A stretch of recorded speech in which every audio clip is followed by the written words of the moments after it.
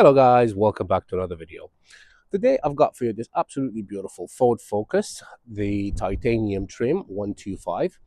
Now as always I'm going to do a quick walk around just so you can see the condition of the car, and then we're going to jump inside and I'm going to show you all the interior features and gizmos and gadgets and everything that this car comes with.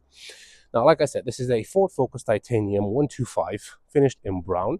It is a hatchback. Obviously it's got a 1.6 liter petrol engine and it puts out 123 brake horsepower. It was first registered on the 19th of January 2012 and it comes with a valid MOT until the 24th of November 2025.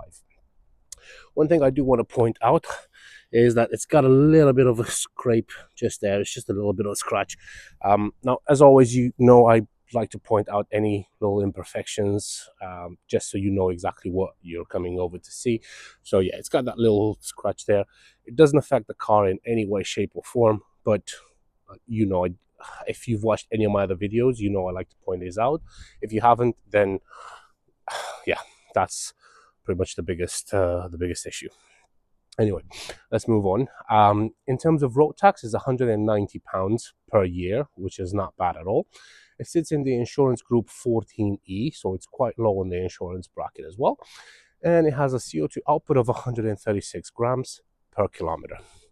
Fuel economy is not bad either. So it puts out 35 miles per gallon around town, 60 miles per gallon on a motorway run, with a combined fuel economy of 47 miles per gallon, which is absolutely phenomenal.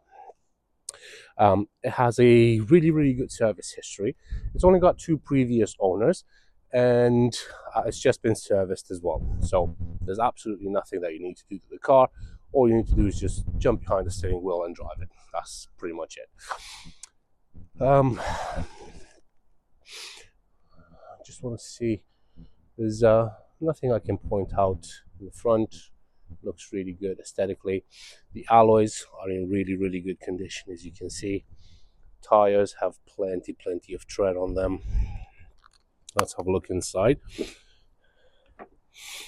And interior is absolutely lovely as well. So you do get front electric windows as well as rear electric windows as well. And the seats are in very good condition.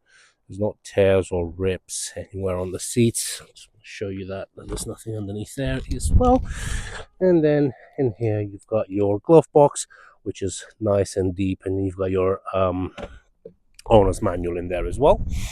And let's have a quick look over at the rear. So again, really good, nice soft touch materials in the places that you touch. Like I say, you've got electric windows in the rear as well.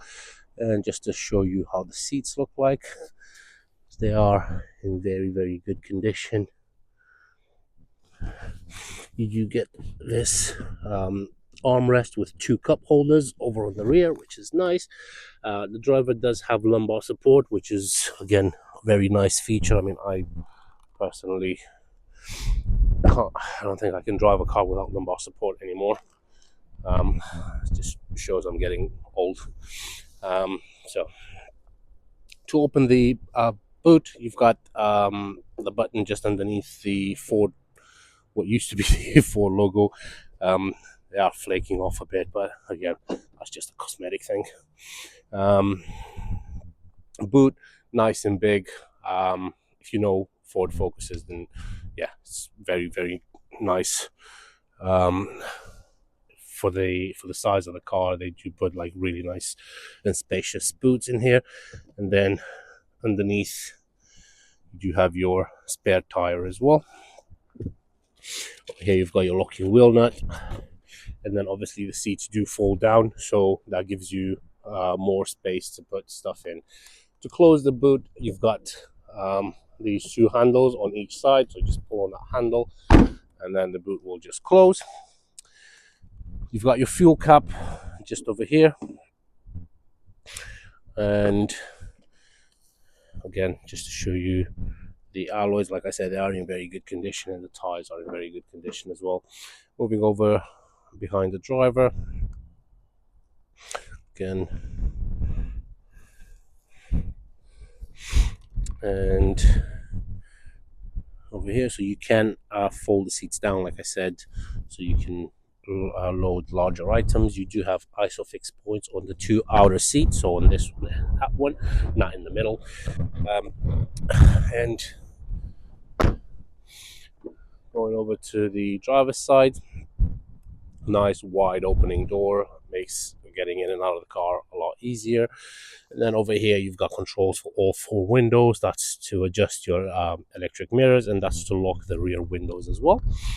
And the driver's seat, again, the one that sees the most wear usually, it's in very, very good condition. Let me just get the key out. Well, in theory I don't actually need to get the key out because the car is keyless start, so you don't have to plug the key anywhere. I'll just leave it here. Alright, so let's start from down here. So this is for your lights. That's for your front fog lights, rear fog lights. This is to turn the lights on. As you can see, you do have auto lights as well. And this is to change the intensity of the light in the dashboard. If it's too bright, you can dim it down a bit for when you're driving at night. Nice big chunky steering wheel. It is a multifunction steering wheel, and as you can see, it's got quite a lot of buttons on here as well. Let's just start the car. So foot on the clutch, press the start button, and the car starts straight away. No problems whatsoever. So over here, with the controls from here, you can control the main screen there, as you can see. So you do have DAB radio as well, AM, FM. Let's just go to FM and radio 1.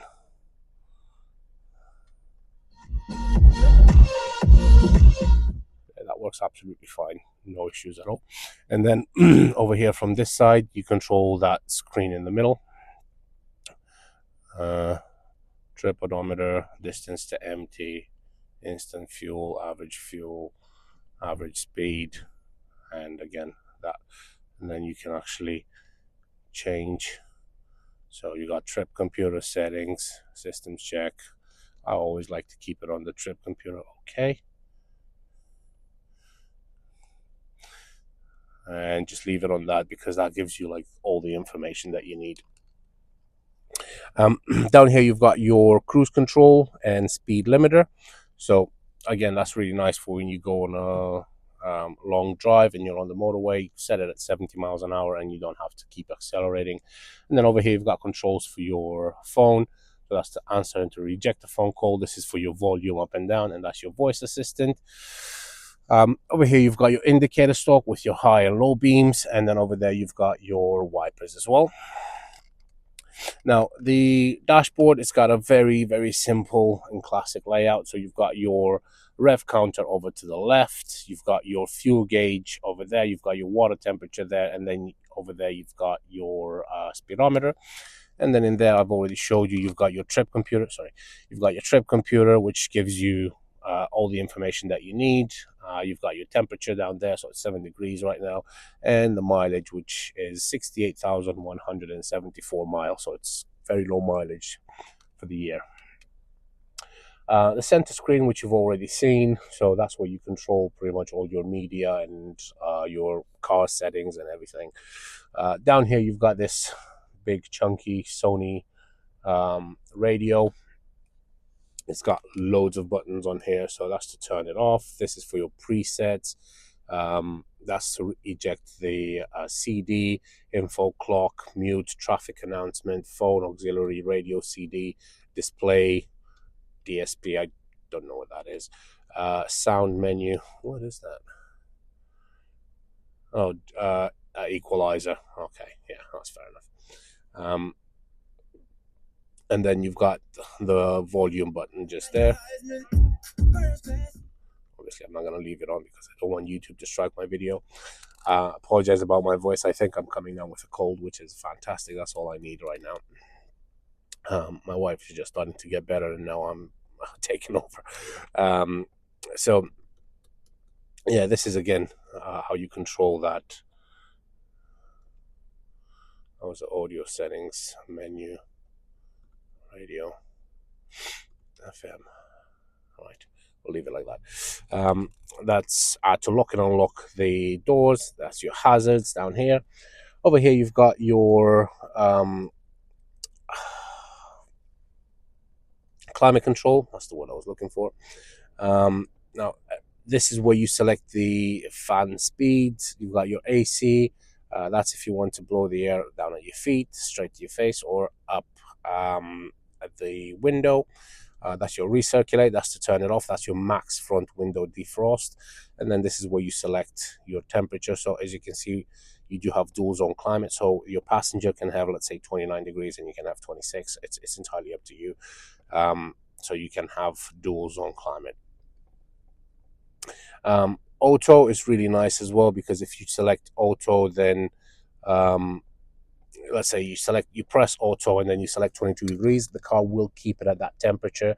So if it gets too hot, the car will start blowing cold air. If it gets too cold, it'll start blowing hot air, and so on and so forth, and it will keep the car at a certain temperature.